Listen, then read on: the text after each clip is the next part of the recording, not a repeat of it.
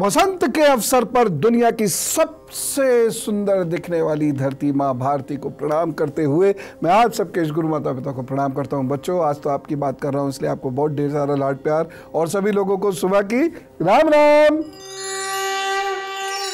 देखिए, पहली बात मैं आपको स्पष्ट करना चाहता हूं कि सरस्वती पूजा का जो मैं मुहूर्त बताऊंगा, कल उसी मुहूर्त में आपको सरस्वती पूजन करना है।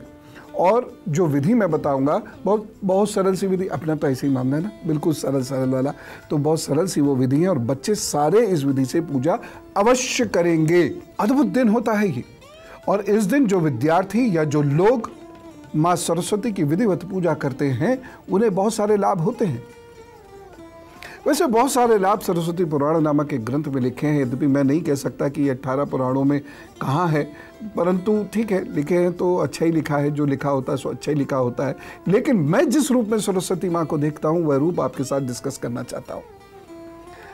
अविरलता, निर्मलता, सततता, यह है सरस्वती का स्वरूप। शांत है, निर्मल है, अविरल है, लगातार वह बहती रहती हैं, लगातार वह कार्य करती रहती हैं। इसलिए मां सरस्वती का धरती पर जो रूप है वो सरस्वती नदी है। सृष्टि बनी, बड़ी सोनी सोनी थी, सिर्फ एक ओम नाम का शब्द था। इस सृष्टि के अंदर कोई स्पंदन नहीं था, रुचि, आकर्षण, प्रेम, संगीत, शब्द कुछ भी नहीं थे। और ऐसे में मां सरस्वती का अवतरण होता है और पूरी सृष्टि स्पंदित हो जाती है। इसीलिए वसंत माह की पंचमी को ही मां सरस्वती का दिन मनाया जाता है। पूरी सृष्टि कलामय हो जाती है, सुंदर, और उसके साथ साथ शब्द का अवतरण होता है। ये शब्द ब्रह्म बनता है। आप ब्रह्म और सरस्वती के संबंध में मत जाइए, वो सब छोड़िए, जो असल बात है वो है, और वह यह है कि जो सरस्वती मैया का उपासक होता है उसके शब्द बहुत अच्छे होते हैं। वो कला का उपासक होता चला जाता है, कला में प्रवीण होता चला जाता है, और उनके जिस बीज मंत्र को मैं आपको बताऊंगा उसका उपासना करने के बाद मां सरस्वती की कृपा से वह व्यक्ति स्वस्थ भी होगा, आकर्षक भी होगा, उसकी वाणी में बड़ा वो जो जोश आना प्रारंभ हो जाता है। मां सरस्वती के इस मंत्र से विद्या में अभिरुचि उत्पन्न होती है और साथ ही साथ विद्या में प्रवीणता भी प्राप्त होती है। चाहे वह कला की विद्या हो या विज्ञान की विद्या हो, ऐसा व्यक्ति लगातार अच्छा चिंतन करते हुए कुछ नया अपने जीवन में करता है। इसलिए मां सरस्वती का पूजन जरूर करना चाहिए और अपने निश्चित समय पर करना चाहिए। समय मैं बताऊंगा, लेकिन फिलहाल मैं आपको मेष, वृषभ, मिथुन और कर्क राशि का हाल बता देता हूं, और उसके बाद समय, और विशेष रूप से मैं सभी माताओं को निवेदन करना चाहता हूं कि अपने बच्चों से इस समय पर मां सरस्वती का एक सामान्य सी पूजा है वह जरूर करवा लीजिए। माघ की शुक्ल पक्ष की पंचमी, और ये वह दिन है जब शब्द उत्पन्न होता है। वो कौन सा शब्द है? सा, ये शब्द है, क्योंकि मां ने जिस यंत्र को छुआ उसका नाम था वीणा, और उसको छूते ही जिस शब्द की उत्पत्ति हुई वो था सा। तो जहां सृष्टि का प्रथम शब्द है ओम, वहां कला का, भाषा का प्रथम शब्द है सा। जिन लोगों के बृहस्पति कमजोर होते हैं उनको बहुत ज्यादा विद्या हासिल नहीं होती, और जिस व्यक्ति का बुद्ध कमजोर होता है उसकी बुद्धि भी कमजोर होती है। आपके पास बहुत सारा ज्ञान हो सकता है, परंतु यदि बुद्धि अच्छी नहीं है तो उस ज्ञान का सकारात्मक प्रयोग आप कभी नहीं कर सकते। तामसिक अथवा राजसिक होकर रह जाएंगे, या फिर कुंद दिमाग, सुना है कुंद दिमाग मतलब खुटल दिमाग वाले होकर रह जाएंगे। इसलिए बहुत ज़्यादा पढ़ना ही बहुत कुछ नहीं होता है, समझना, गुनना और सही समय पर दिमाग को ऐसा करना कि आप उसका प्रयोग कर सकें, ना ज़्यादा बोलें ना कम बोलें। ये मां सरस्वती की पूजा आपको दे सकती है, और शब्द है ऐं। यदि आप इस दिन सरस्वती मां का पूजन करते हैं तो फिर ऐं शब्द से करें। कमल गट्टे की माला हाथ में ले लीजिएगा, और ऐसे नहीं 2, 4, 10, 20 करके छोड़ दिए, या करे तो 1000, लेकिन दिमाग बिल्कुल भी आपका वहां था नहीं, चित्त आपका स्थिर नहीं था। एकाग्र चित्त होकर आपको यह मंत्र का जप करना है, वृत्तियां नियंत्रित होनी शुरू हो जाएंगी। जी हाँ, क्षिप्त से विक्षिप्त की ओर बढ़ता है, विक्षिप्त से एकाग्रता की ओर बढ़ना व्यक्ति प्रारंभ कर देता है। ये योग की अवस्थाएं। तो आपने कमल गट्टे की माला ली और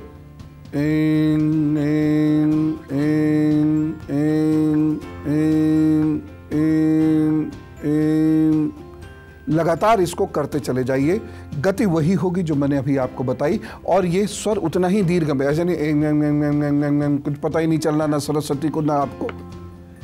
तो नाभि से गूंजमय आवाज, ये नाद बोलते हैं, उसके साथ ये जप आपको करना। और देखिए, यदि आपने इस दिन से प्रारंभ करके 1 वर्ष तक इसको लगातार कर लिया तो आपकी बुद्धि प्रखर होगी, आपकी भाषा अच्छी होगी और आप अपने ज्ञान और बुद्धि में तारतम्यता बिठा सकेंगे।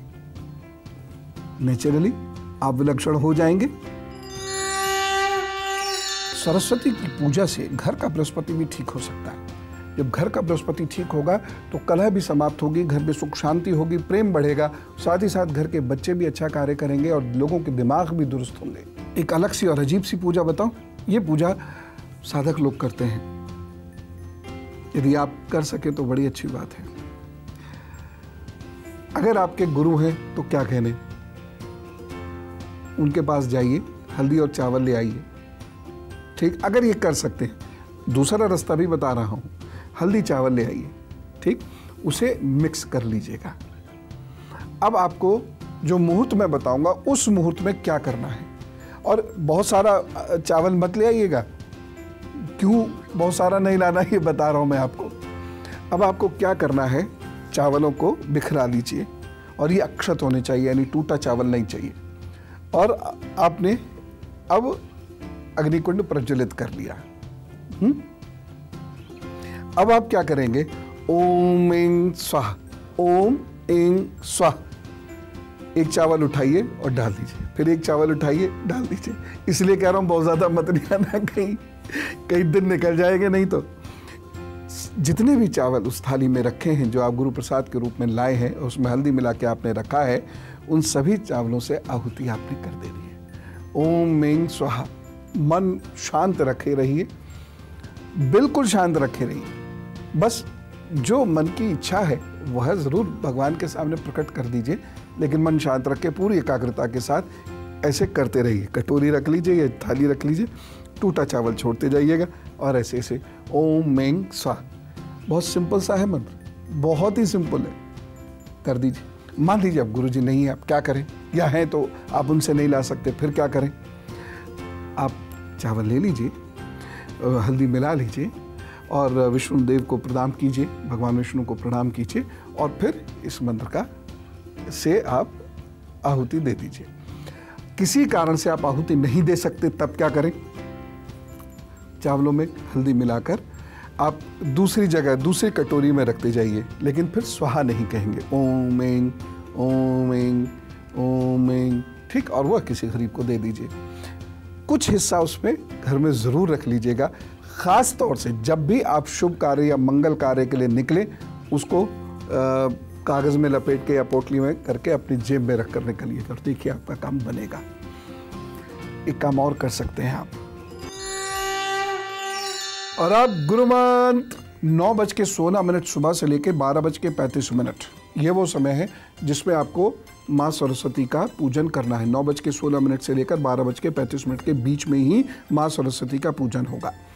तो सामान्यतः जो पूजन आप करते हैं वह करते रहिएगा, लेकिन जो मैंने बताया इन मंत्रों का जप अवश्य कर लीजिएगा। खास तौर से जो आजकल का गोचर चल रहा है और जिस गोचर से बृहस्पति प्रभावित चल रहा है, यहाँ ये पूजा करने से आपको उस बृहस्पति के अच्छे फल प्राप्त होने लगेंगे। अन्यथा उस बृहस्पति की कमी की वजह से मानसिक कलह कलेश तो होगा ही होगा, साथ ही साथ अर्थ उपार्जन में भी परेशानी आएंगी, घर में भी समस्याएं क्रिएट हो रही हैं।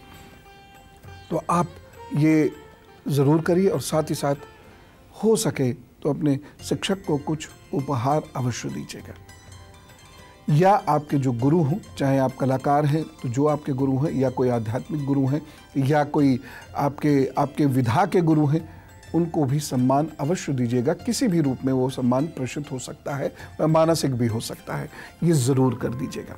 तब माँ सरस्वती की पूजा पूर्ण होती है। लेकिन प्रमुख वही है जो मंत्र का जप मैंने बताया, तो वह जप इस समय में अवश्य होना चाहिए और वह हवन इस समय में अवश्य होना चाहिए और साथ ही साथ ये दान भी इस समय में अवश्य होना चाहिए। स्नान, दान, जप, ध्यान के बिना तो कोई पूजा पूरी हो ही नहीं सकती।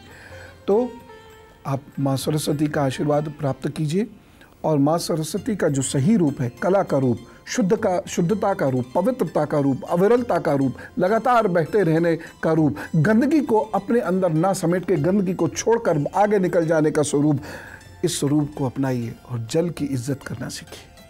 चलता हूँ। राम राम, नमस्कार।